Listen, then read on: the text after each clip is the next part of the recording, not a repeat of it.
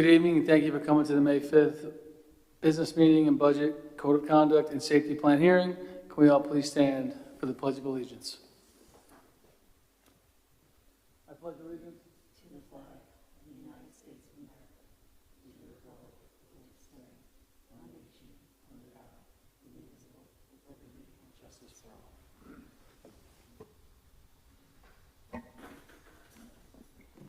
Tonight we are joined by 6 of our trustees, our superintendent of schools, Dr. Timothy Harney, our assistant superintendent for curriculum and instruction, Mr. Robert Haas, our assistant superintendent for finance and operations, Ms. Carrie Lachlan, our district legal counsel, Mr. Edwin McCarthy, and our district clerk, Ms. Suzanne Benetti. As always, there are 2 opportunities for the community to participate during the Board of Ed meeting. The first is just before the board takes up its agenda. The second follows the disposition of all agenda items. As always, if you'd like to speak, you must be a resident or employee of the school district. Any other person must be voted in by a majority vote. We ask that you keep those. We ask that you keep your comments to approximately 3 minutes. And for the convenience in the community, as always, in the back, you'll see we are live streaming and posting to the website, and you can follow the district at BBP School District.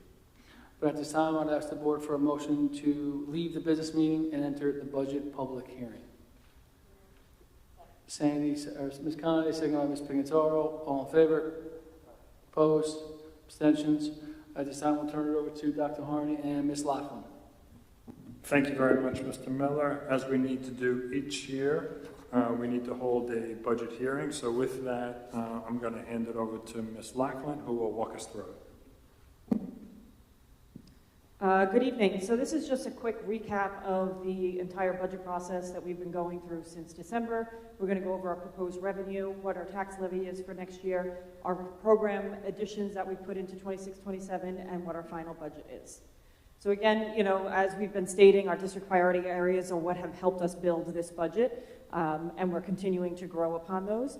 Our revenue sources this year, as always, our primary source is our taxes. Our property tax is 72%. Our state aid is about 20%. It is fairly flat. As we've mentioned in the past, we're only getting 0.85% increase in that at this point in time. Still no state budget, so there is no change to that. We will continue to move forward with what we received back in January from the governor's proposal. Miscellaneous revenue is a combination of various things: interest earnings, tuition payments, refunds of prior years, the library revenues that we receive to pay down their debt, and then the appropriated fund balance. We do use appropriated fund balance, as well as we'll be pulling money from ERS reserve, the TRS reserve, and our workers' comp reserve to help support our budget.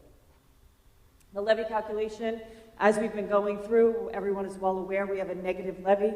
Negative 0.761 is our allowable limit. We are requesting the community to support a budget of 2.75%, which is above the allowable levy limit and will require a 60% majority vote.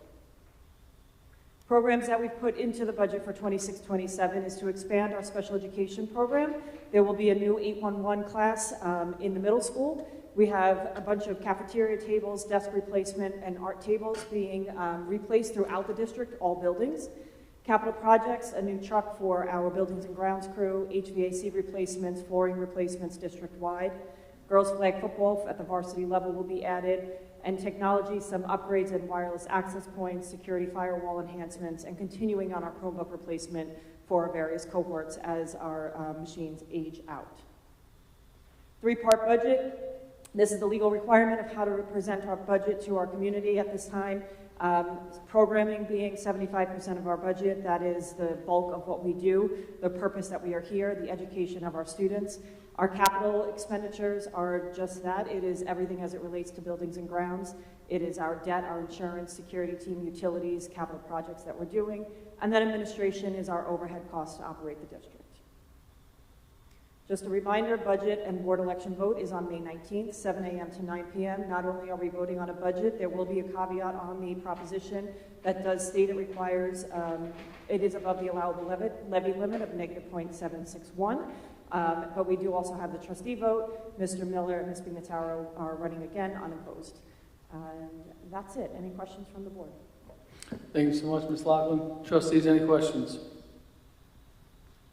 Not hearing it, can I have a motion to leave the budget hearing and enter the Code of Conduct public hearing? Mrs. Pignataro, second by Ms. Conley. All in favor? Opposed? Abstentions? Turn it over to Dr. Horny and Mr. Haas. Thank you very much, Mr. Miller. So, as again, something that we do each year is we need to hold a public hearing for our code of conduct, which is one of our district policies. So Mr. Haas will be reviewing any changes that we are making to it. Then the policy will sit for 30 days and we'll have it hopefully approved before or at our rework meeting. With that, I'll turn it over to Mr. Haas. Thank you, Dr. Harney. Thank you, Mr. Miller. Before I get started with talking about the code of conduct and the review that we have, I do want to thank Mr. Zarconi, our high school assistant principal, who over the years has overseen Project SAVE Committee and district security, and is usually the one who is giving this presentation, so I just want to thank him for all. He's not able to attend tonight, so that's why I am doing it, but I do want to thank him for all the work that he has done over the years. So, as Dr. Harney stated, this presentation is given annually as required by law to review the code of conduct for the district. So my goal tonight is to provide you with a brief overview of the code of conduct, identify any required components that exist within it, explain to you the review process that we have for the code of conduct, make any recommendations, and obviously provide for public comment over the next 30 days. So, as always, we follow our priority areas of community connection, academic excellence, and student experience, and that's the lens that we will be looking through. So, first to start with the overview of the Code of Conduct and kind of what it is. The School Code of Conduct is a guide about, for how members of the school community are expected to treat one another, promotes respect, responsibility, and safety, while outlining how the school responds when expectations are not met. It applies to all students, staff, and visitors. It applies to school property and all school functions. And again, the core areas really look at expected behavior and civility, student rights and responsibilities, and it does give a framework for discipline within schools. So the required components, going a little bit more into that in terms of behavioral expectations. So it does talk about what is acceptable and what is unacceptable behavior. When it talks about discipline measures, it talks about what the range of consequences are. And then it talks to procedures for reporting violations, how to conduct investigations and determinations that are made, and certain specifics such as removal from a class of a student or a suspension procedures. And then it goes into school safety and security provisions, law enforcement notification protocols, and finally it talks to protection of students with disabilities and their rights. So the review process, how it's taking place, is first we started with building administration, having the 5 individual buildings take a look at the code of conduct, take a look at their individual codes of conduct that are in alignment with this to ensure that. And then it goes to our Project SAVE Committee, which is a district-wide and community committee. It's stakeholders from everyone, people from within the building, and then also community members, people from representatives from Bayport Fire Department, Blue Point Fire Department. And then it goes to, it was reviewed by our district legal counsel, and finally the Code of Conduct does go to the Board of Education Policy Committee, as it is a Board of Ed policy. And that brings us to here, where we have presentation, and the Code of Conduct now goes for public comment over the next 30 days, and it will be available on our website. And then ultimately there is approval by the Board of Education. One of the things just to point out that we do on an annual basis is a data review and looking at some of the specific things when it comes to, especially with discipline, that we do at the building level, at the district and building levels. Take a look at our discipline rates, suspension rates, discipline referrals, what some of the incident categories are, so what are we seeing in terms of why, what the discipline is for. And then taking a look at different subgroups, whether it's grade level or, as again, the subgroups that we have. And we compare it to prior years and try to identify trends that maybe are happening and then make adjustments if possible, or adjust some of the procedures and practices within the school, looking to identify areas that we may want to provide more support for students. At this time, after review of the Code of Conduct through all that process, there are no substantial changes being recommended for the 26-27 school year within the code. There were some more changes last year, so with those in place, in looking at it, we don't have any major ones for this year. So again, in terms of a review of the required actions, there was a review by the stakeholders, and now we're at the point for public comment, and ultimately, after 30 days, Board of Education readoption, and at that time, the Code of Conduct does get filed with New York State. From a communication standpoint, once it is adopted, how do we go about communicating it with our students and families? At the beginning of the school year, the Code of Conduct is made available on the website. It's communicated by the buildings as to where the Code of Conduct is available for parents and guardians to view. It is then also presented to students in various forms within the buildings through student assemblies. And finally, there is staff communication and training on pertinent areas within it during the opening of the school year. If there are any questions or suggestions over the next 30 days, they can email either myself or call myself or the building principals to reach out for specifics on that. Any questions? Thank you, Mr. House. Any trustee questions? Not hearing. Thank you so much. We're ready for the safety plan.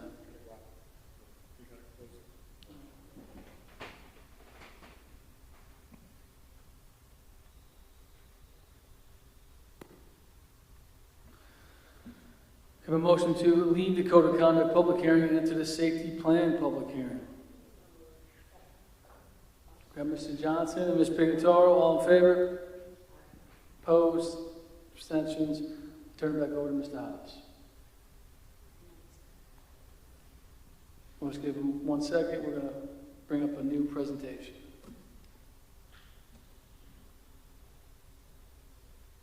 Thank you again, Mr. Miller.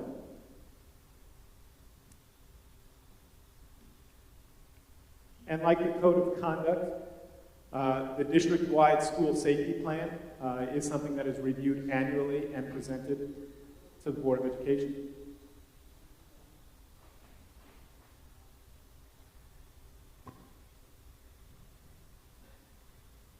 So again, the purpose of this presentation is during this public hearing, we're going to review the requirements that are found for a school safety plan, the annual steps taken each year to review it with the district and the building, what the revision process looks like, and any proposed amendments to the plan.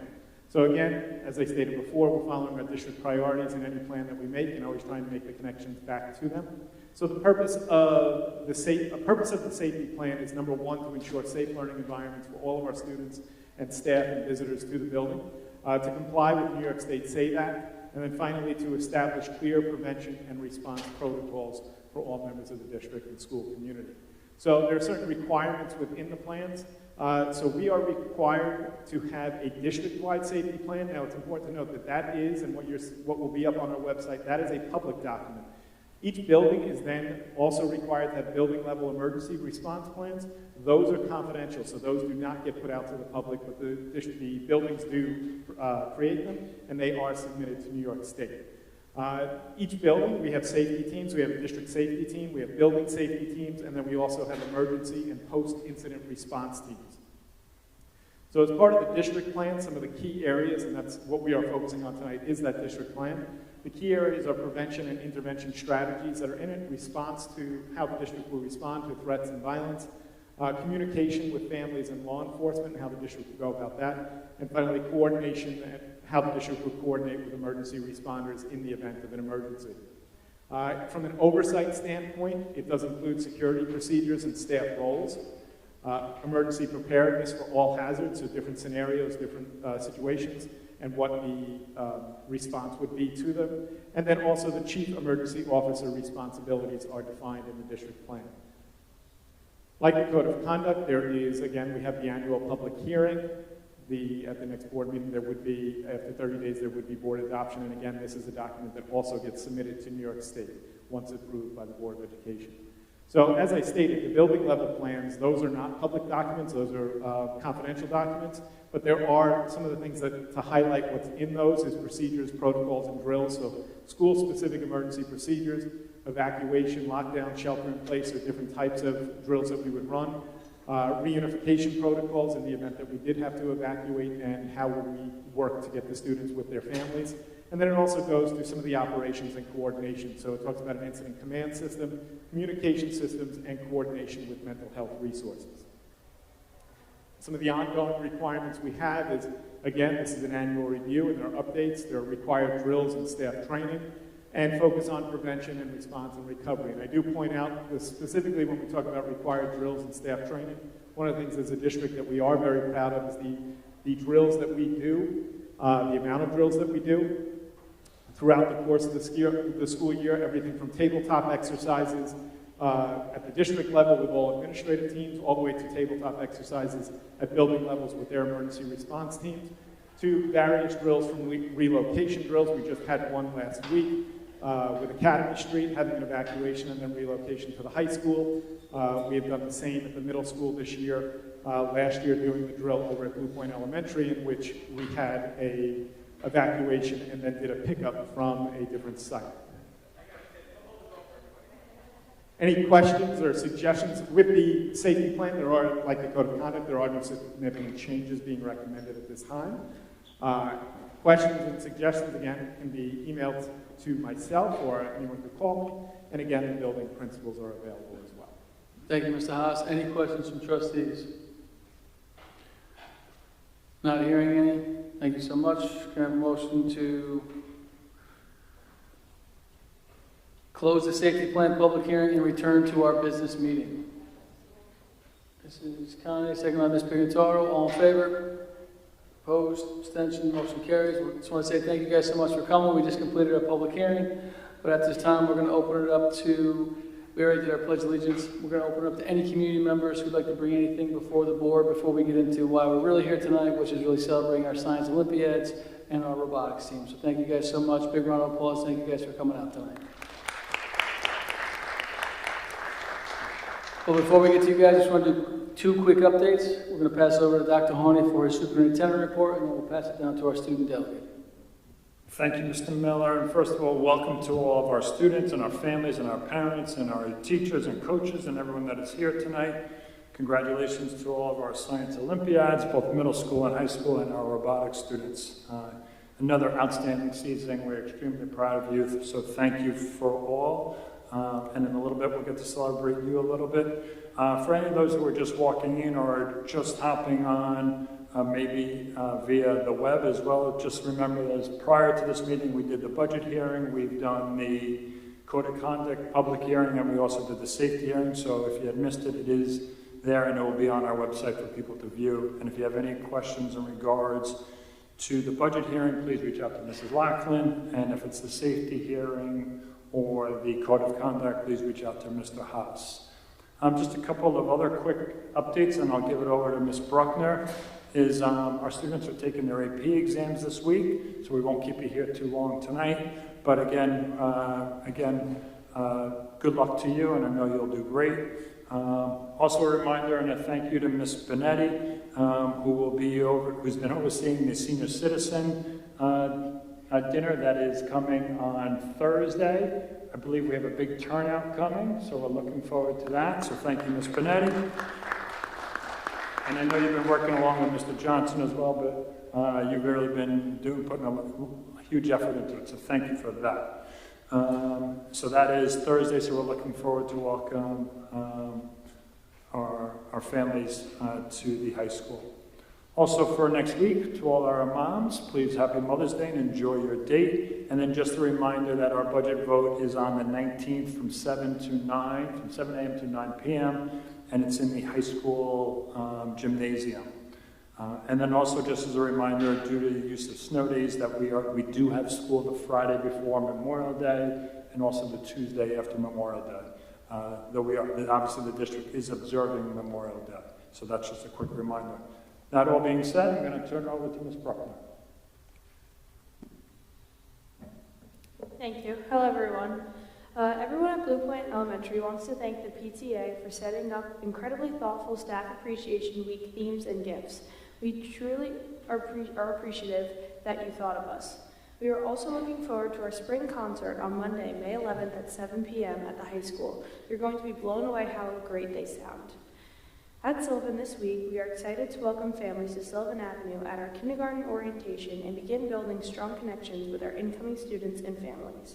Our students are also enjoying engaging enrichment opportunities, including YMCA-led water safety assemblies and a mad science experience for our 5th graders. As for Academy, last week, our kindergarten students had the opportunity to explore local marine life through the Cornell Cooperative's hands-on touch tanks. Our 2nd grade classes also enjoyed a wonderful trip to the Connecticut River State Park where they went on a nature hike and learned about local wildlife. Yesterday was Academy's kindergarten orientation. It was a pleasure to welcome our incoming families and provide them with an overview of what to expect in kindergarten. Tomorrow's Academy Streets Bike to School Day. We look forward to seeing our students and families participate in this fun event and start the day in a healthy, active way. At the middle school, our music department is busy gearing up for our concerts. 6th grade performs on May 13th, and our 7th and 8th grade students take the stage on May 18th. These performances celebrate our students' hard work and growth as we're looking forward to sharing their accomplishments with you. Also at the middle school, our 6th graders have been studying the Middle Ages and social studies, and their upcoming trip to the medieval times on May 18th will bring that learning to life as they experience elements of medieval culture, including music, customs, and daily life in an interactive setting. The high school continues to foster a strong sense of community through student achievement, service initiatives, and meaningful events, including the start of AP exams and preparations for senior celebrations. Our partnerships and programs such as the clothing drive and summer enrichment opportunities provide students with valuable real-world experiences beyond the classroom. We also look forward to bringing the community together through events like the school store grand opening and staff appreciation celebrations, highlighting the positive culture and engagement within our school. Thank you so much, Ms. Brook. We appreciate it. But at this time, we want to turn over to Mr. Haas for the reason we're here tonight, to acknowledge all the hard work of our Olympiads and our students in robotics. Mr. Haas?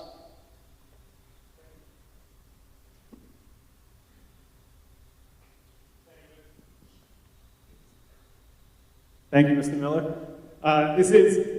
Things like this are always one of the joys of the job, is getting to recognize the great works of our students and our staff who put in the time to help the students get to this point. So I want to congratulate all of them that are here tonight and congratulate them on a job well done, and thank them for the commitment that they give to, whether it's robotics or science olympiads, but the school community as a whole, and the way that, most importantly, the way that they represent not only our schools, but also our community in everything that they go do, whether it's going to competitions or going out to the community for community service and helping others. So I thank all the students for the example that they're setting for their fellow classmates.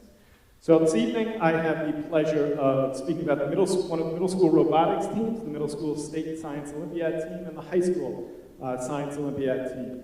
Unfortunately, Mr. DeSantis and Ms. Hanky Brinkman are not able to join us this evening, but they send their well wishes. They regret that they weren't able to be here, but I would like to call up our middle school dean of students, Mr. Jerome Murray, to come help me hand out some of the certificates.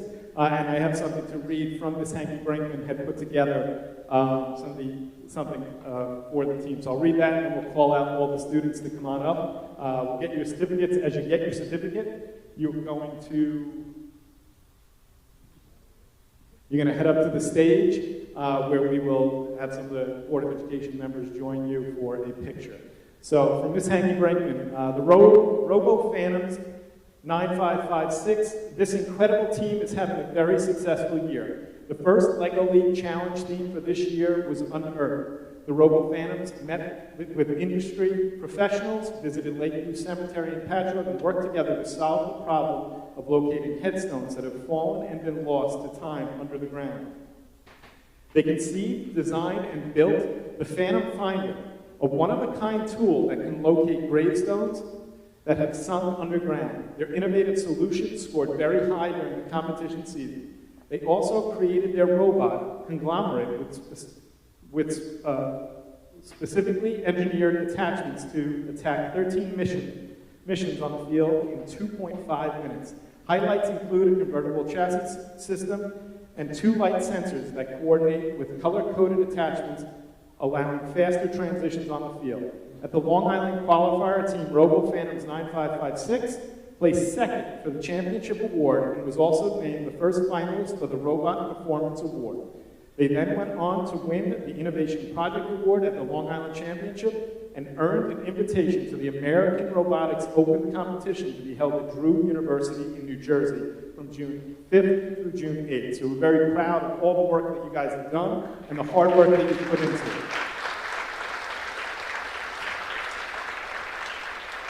So at this time, I'll call up the students.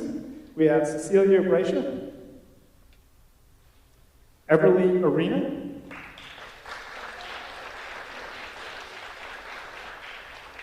Christopher Canizaro Salas.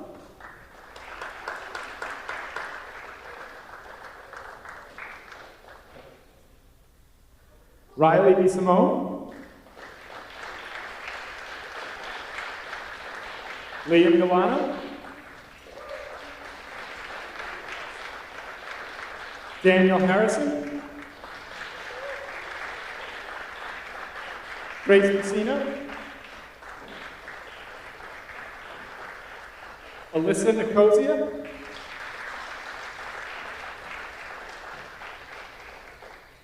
Brendan Purcell.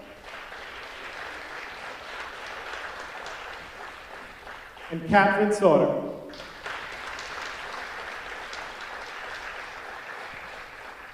Now I'd like to invite some of our Board of Education members up to take a picture. Mr. Sauter, you want to get up there?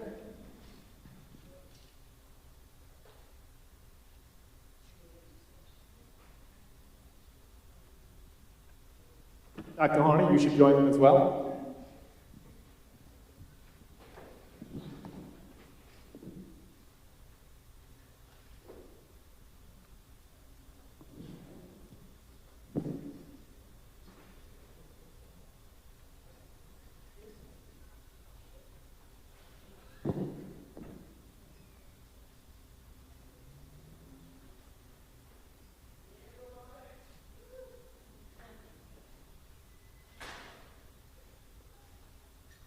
Congratulations and best of luck in June.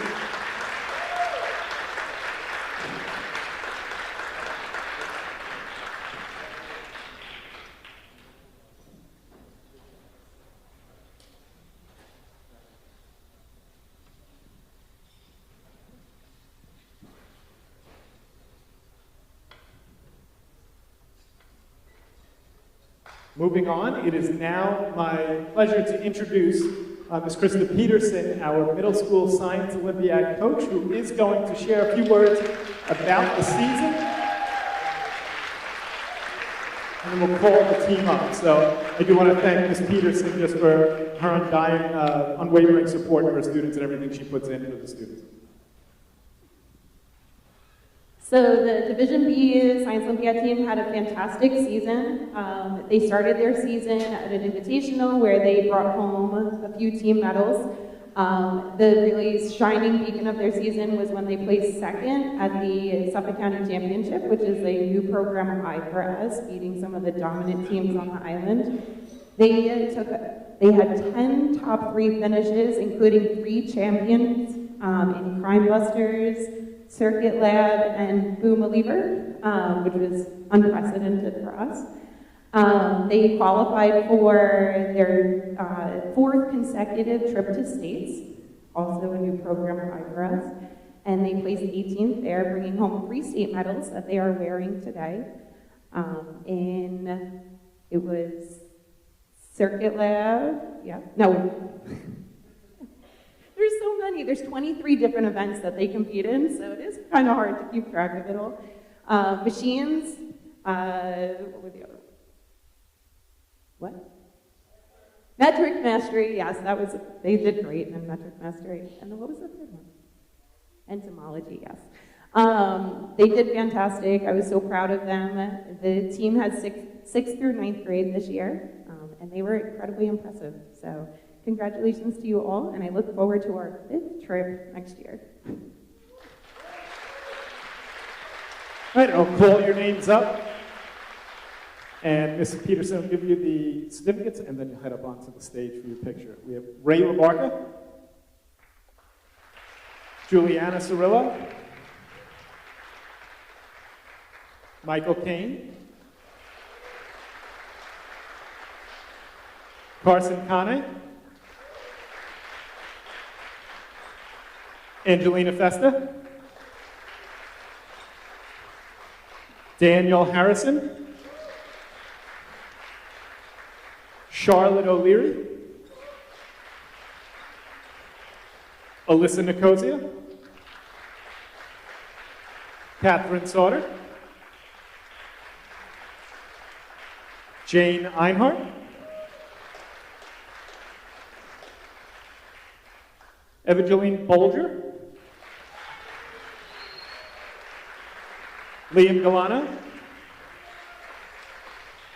Nico Coluccio, Carter Stanovan, and Kaylee Maxon. I'd like to invite up board members and Dr. Harney for a picture, and Ms. Peterson.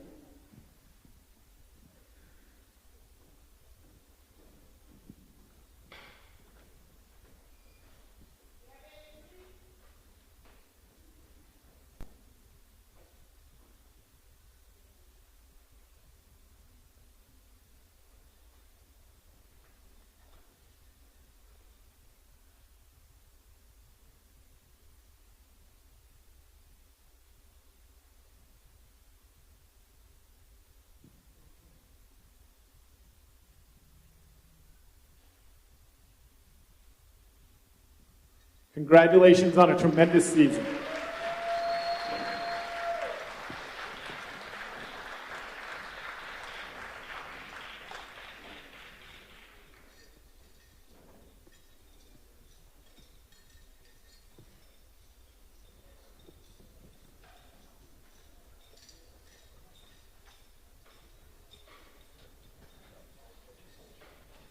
And last but certainly not least, I'd like to acknowledge our high school science Olympiad team who had a tremendous season. And in doing so, I'd like to call up their coaches, Mr. Steve Roach and Ms. Denise Kelly.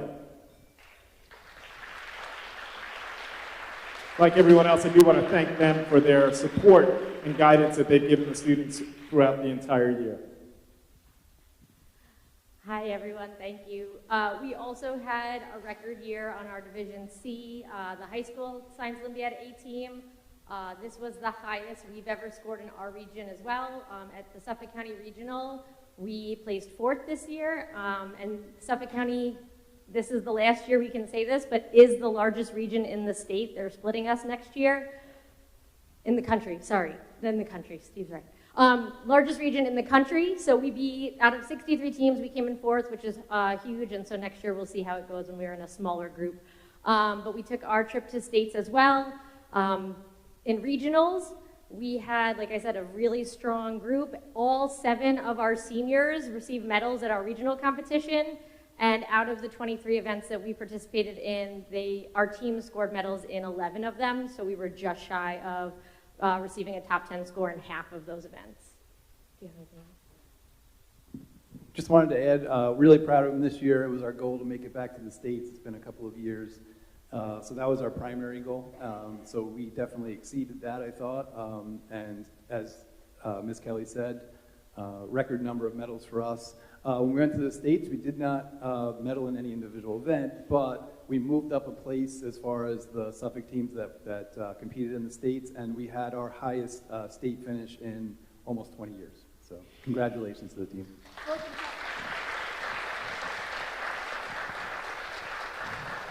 All right, now to call up and recognize our students. JT Swan. Zoe Salini.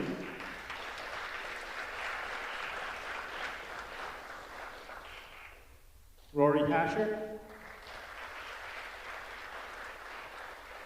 Anthony Golder.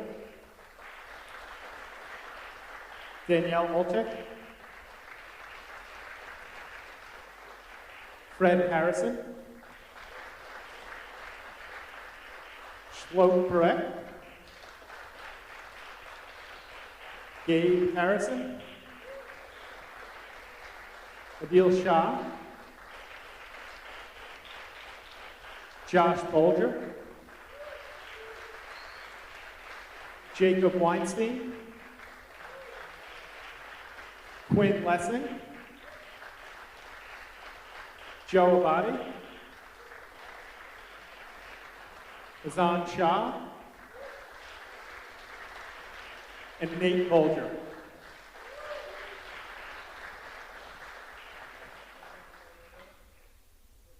Once again, I invite our Board of Education members and Dr. Harney up to the stage along with our coaches and team for a picture.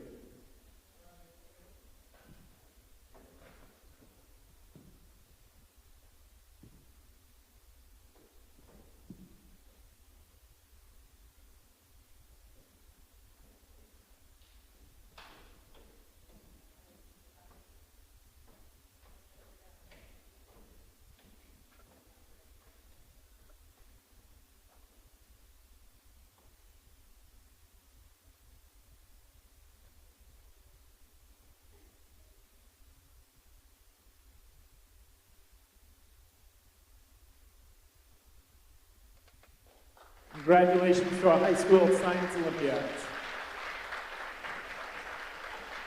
And again, congratulations and thank you for all the hard work that you put in.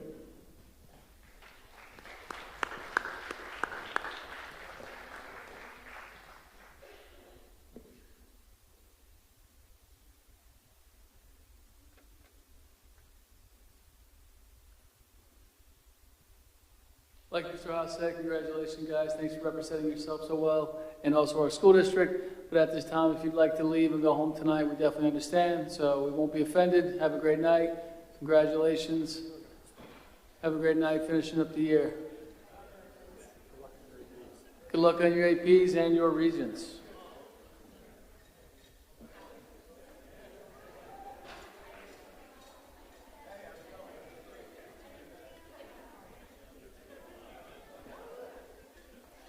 Moving on to the consent agenda.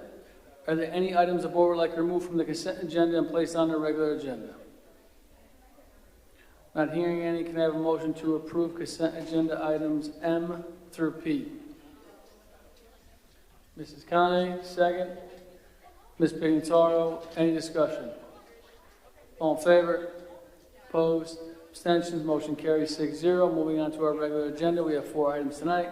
Can I have a motion to gratefully accept $33.50 for Bach Tops for the Sylvan Elementary School, $2,000 from the Suffolk Transportation for athletic scholarships, and $1,000 from our insurance reciprocal for senior scholarships?